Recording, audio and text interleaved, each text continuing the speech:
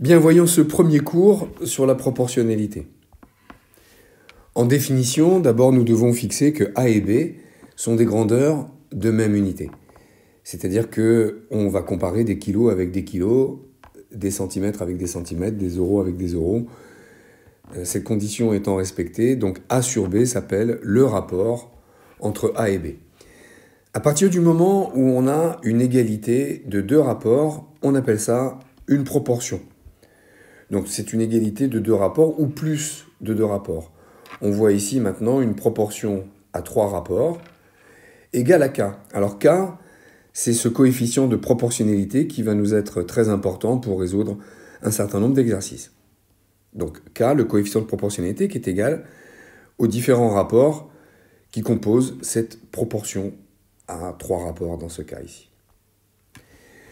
Voyons les différentes propriétés. La première propriété, si j'ai A sur B qui est égal à C sur D, je peux envoyer le D vers le A, faire A fois D et faire B fois C, et j'aurai toujours donc une égalité.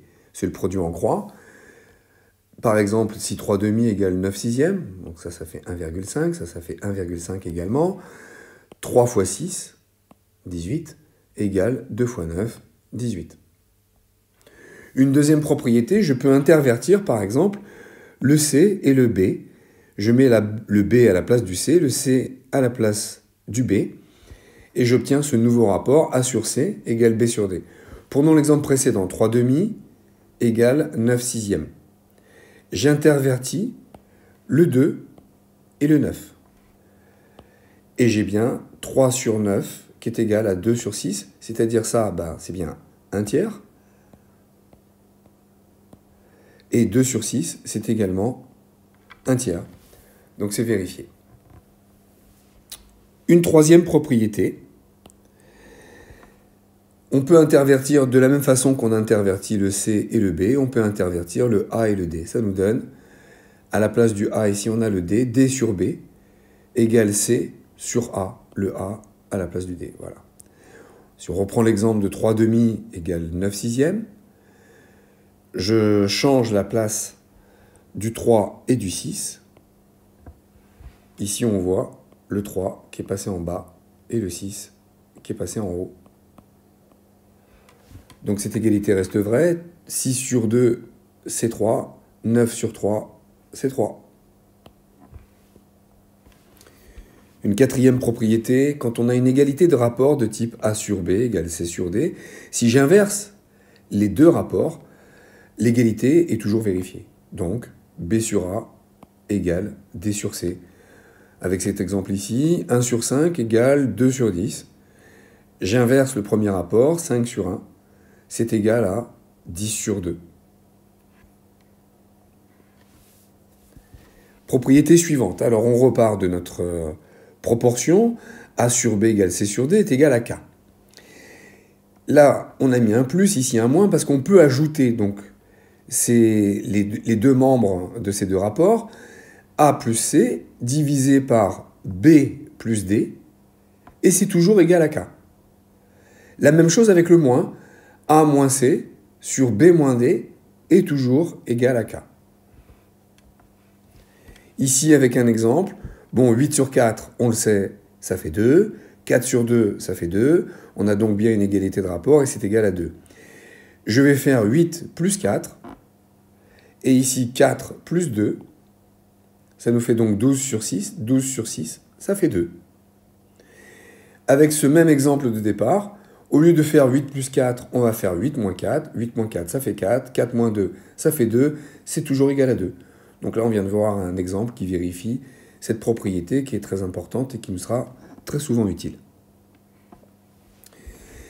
Une propriété qui découle de la précédente, si on prend deux paramètres m et n, et qu'on applique chacun de ces paramètres à un rapport. Donc on va multiplier le rapport A sur B par m, en haut et en bas, et le C sur D, on va le multiplier également en haut et en bas, et on pourra ensuite ajouter ou soustraire, comme on l'a fait précédemment, c'est ce que je montre ici. Donc le premier rapport A sur B, on a multiplié les deux termes par m, en haut et en bas, et on ajoute, on a fait la même chose avec le deuxième rapport qu'on a multiplié par n. Si on fait la même chose avec moins, ça marche aussi. Voyons un exemple. Prenons m égale 2, n égale 3. Je vais multiplier le premier rapport 8 sur 4 par m. Donc 8 sur 4 multiplié par 2. Et le deuxième rapport 4 sur 2, je vais le multiplier par n pour être conforme en fait à cet exemple ici. Donc ici, on a bien 4 sur 2 qui est multiplié par 3 et on a ajouté ces deux éléments. 16 plus 12 sur 8 plus 6, ça nous fait 28 sur 14, et bien ça fait toujours 2. C'est toujours égal au même coefficient de proportionnalité. Alors cette septième propriété n'en est presque pas une, puisque finalement, qu'est-ce qu'on fait? On a changé le multiplié par x par un divisé par 1 sur x. Ce qui revient au même, puisque si on l'écrit autrement, on peut aussi dire que x est égal à l'inverse de x.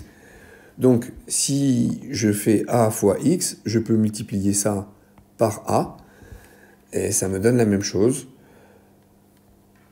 Donc, en rappel, c'est ce que je montre ici, l'opération division, je peux la changer par une opération multiplication, à la condition d'inverser le dénominateur. Donc 1 sur x devient x sur 1.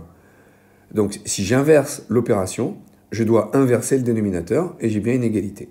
Donc là on voit aussi que a fois x est égal à a divisé par 1 sur x. Ce qui nous permet d'écrire ça. A fois x égale a divisé par 1 sur x. Et donc quand on écrit cette égalité, ça peut vous paraître étrange, mais vous verrez que grâce à cette transformation, on peut résoudre pas mal d'exercices. Voilà, ce sera tout pour ce premier cours. J'espère que ça vous a plu. Et je vous dis à très bientôt pour le deuxième cours.